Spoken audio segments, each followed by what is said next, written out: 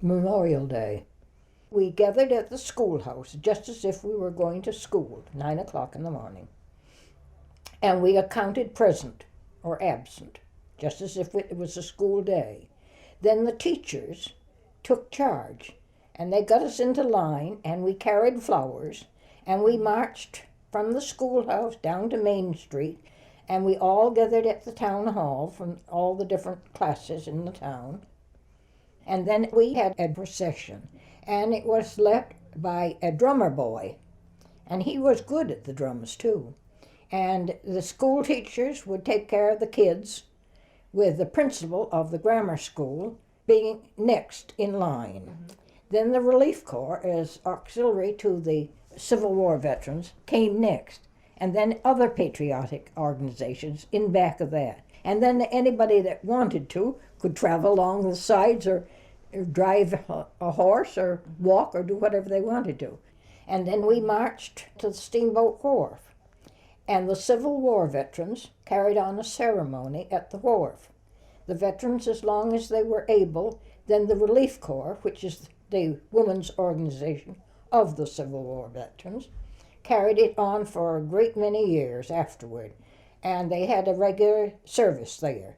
And they read from their book, the regular service, and the older people guided the children up to the edge of the wharf so that you threw over into the water 1/2 of the bouquet that you carried. Now that was to go for the unknown soldier.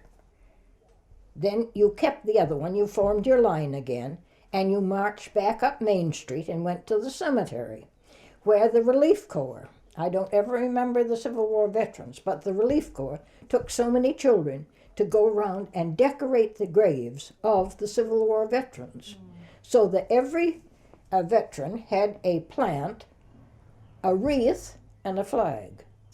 The material for the wreaths, ground pine, was gathered at Chabacootick and brought over to the coal office in Edgartown. And the woman at the coal office took charge of making the wreaths, and the wreaths were small wreaths that you just put over the flag, the star that was in the cemetery. But nowadays it's a little different. The organizations have grown smaller, and some of them have disbanded, and the Relief Corps people have grown older, and the Relief Corps, I'm the only Relief Corps person there is on the island, and the Relief Corps organization disbanded. But as the years have gone by, things have been more expensive, and we couldn't do it. Now all we do is the flags.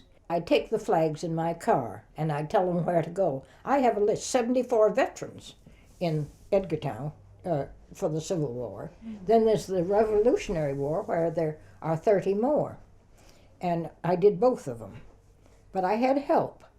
And I used to carry the flags in my car and then tell them, well, now you go to so-and-so's grave over in here. And I go up one aisle and down the other.